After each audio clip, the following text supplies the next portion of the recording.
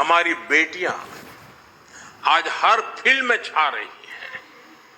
ये ट्रांसफॉर्मेशन अब सिर्फ महिला सशक्तिकरण तक सीमित नहीं है। इस समाज की सोच और सामर्थ्य दोनों को ट्रांसफॉर्म कर रहा है। साथियों, जब नए अवसर बनते हैं, जब रुकावटें हटती हैं, तो आसमान में उड़ने के लिए नए पंख भी लग जाते हैं। इसका एक उदाहरण भारत का स्पेस सेक्टर भी है। पहले स्पेस सेक्टर सरकारी नियंत्रण में ही था, लेकिन हमने स्पेस सेक्टर में रिफॉर्म किया, उसे प्राइवेट सेक्टर के लिए ओपन किया और इसके नतीजे आज देश देख रहा है। अभी 10-11 दिन पहले मैंने हैदराबाद में स्काई रूट के इन्फिनिटी कैंपस का उद्घाटन किया। स्काई रूट भारत की प्राइवेट स्पेस कंपनी है। ये कंपनी हर महीने एक रॉकेट बनाने की क्षमता पर काम कर रही है। ये कंपनी फ्लाइट रेडी विक्रम-1 बना रही है। सरकार ने प्लेटफॉर्म दिया और भारत का नौजवान उस पर नया भविष्य बना रहा है। और यही तो असली ट्रांसफॉर्मेशन है। साथियों, भारत में आए एक और बदलाव की चर्चा मैं यहां करना जरूरी समझता हूं। एक समय था जब भारत में रिफॉर्म्स रिएक्शनरी होते थे, यानी बड़े निर्णयों के पीछे या तो कोई राजनीतिक स्वार्थ होता था या फिर किसी क्राइसिस को मैनेज करना होता था। लेकिन आज नेशनल गोल्स को देखते हुए रिफॉर्म्स होते हैं। टारगेट तय है। आप देखिए, देश के हर सेक्टर में कुछ न कुछ बेहतर हो रहा है। हमारी गति कांस्टेंट है, हमारी डायरेक्शन कंसिस्टेंट है और हमारा इंटेंट नेशन फर्स्ट का है। 2025 का तो ये पूरा साल ऐसे ही रिफॉर्म्स का साल रहा है। सबसे बड़ा रिफॉर्म नेक्स्ट जनरेशन जीएसटी का था। और इन रिफॉर्म्स का असर क्या हुआ, वो सारे देश ने देखा है।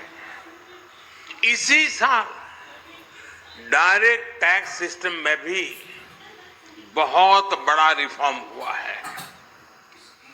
12 लाख रुपए तक की इनकम पर जीरो टैक्स एक ऐसा कदम रहा जिसके बारे में एक दशक पहले तक सोचना भी असंभव था।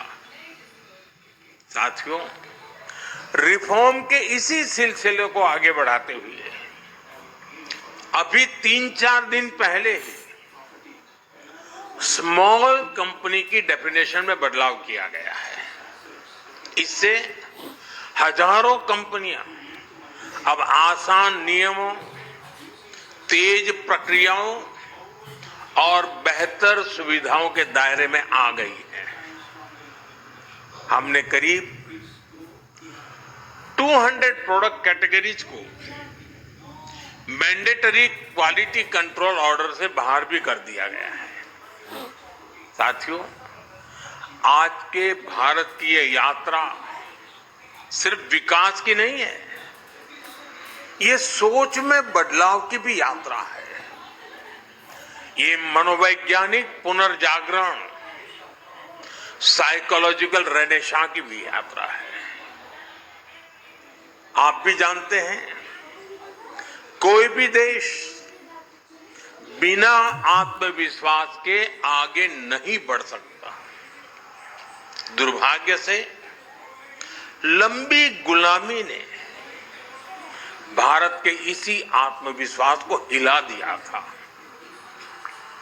और इसकी वजह थी गुलामी की मानसिकता। गुलामी की ये मानसिकता विकसित भारत के लक्ष्य की प्राप्ति में एक बहुत बड़ी रुकावट है और इसलिए आज का भारत गुलामी की मानसिकता से मुक्ति पाने के लिए काम कर रहा है। साथियों, अंग्रेजों को अच्छी तरह से पता था कि भारत पर लंबे समय तक राज करना है तो उन्हें भारतीयों से उनके आत्मविश्वास को छीनना होगा। भारतीयों में हीन भावना का संचार करना होगा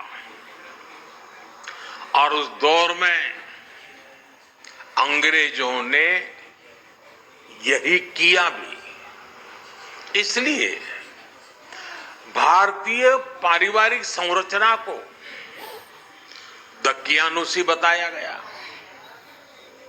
भारतीय पोशाक को अनप्रोफेशनल करार दिया गया,